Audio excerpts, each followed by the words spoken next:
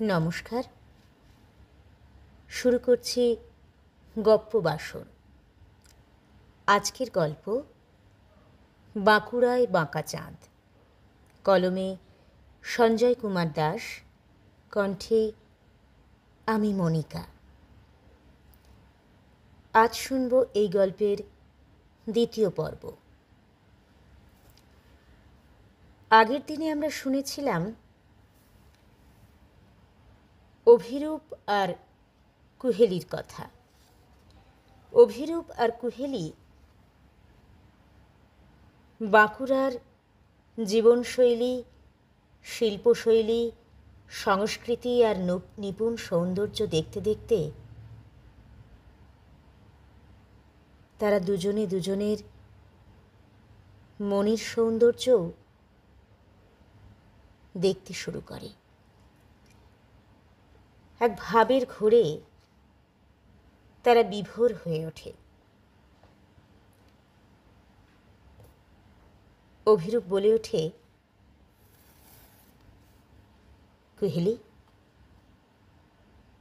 তোমার কি কষ্ট হচ্ছে? না তো। তোমার বুঝি বোর লাগছে?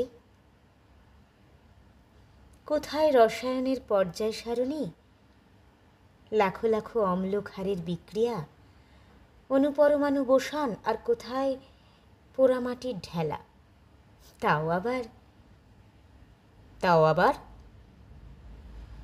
তাও আবার কুহেলিকা সনে, রুক্ষ ভুবনে, নিরস বদনে, নীরব মননে, দিশাহীন চলা, কি হবে কে জানে। ওরে বাবা, কি সব বলে গেলে! এই, আবার বলো। রক্ষে করো মা, আর পারবুনি।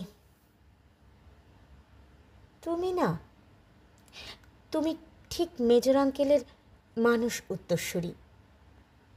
সর্বনাশ! এ কথা বলছো কেন? বুঝবে না মশাই। কি বুঝবো না? মেজর আঙ্কেলের ওপরটা শক্ত নারকেলের মতো, কিন্তু ভেতরটা পূর্ণিমার ষোড়শীও বলতে পারো, শুধু ভেদ করার অপেক্ষা। যতদূর জানি তোমার বিষয় টেরাকোটা। এখন মনে হচ্ছে বিষয়টা জ্যোতিষবিদ্যা। মোটেও না। জানো মশাই, বাহিরে প্রকৃতি হোক মরুময়, হোক কাঁটাময়, অন্তরে কুবলয়। বাহিরে পোশাক জোব্বা আলোয়ান রুদ্রময়, অন্তরে প্রেমময়।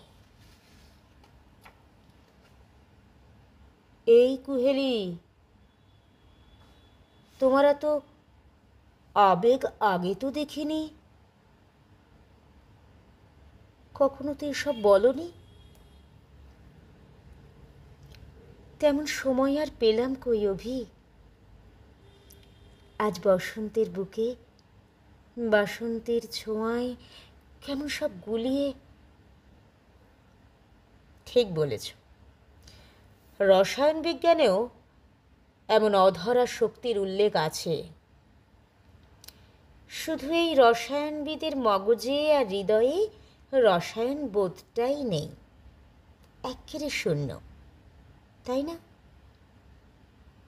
এই, চ্যালেঞ্জ নেবে না কিন্তু। দেখাবো নাকি? মেরেছে রে! আমার আঘাতে পিটার নারকেল ভেঙে গেল নাকি?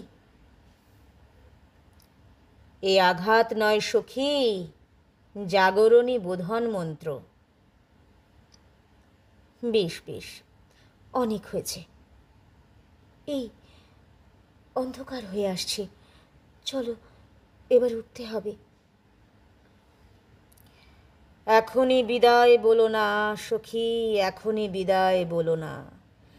এখনো গোধূলি সাজছে লালিমায়, তোমার কপোল তো রাঙা হলো না। ঝুঁকেছে আকাশ দেখো ধরণীর অধরে, এখনো ধরা কেন সারা যে দিল না।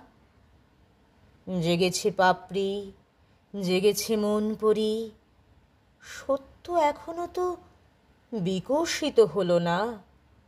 এখনই বিদায় বলো না সখী, এখনই বিদায় বলো না।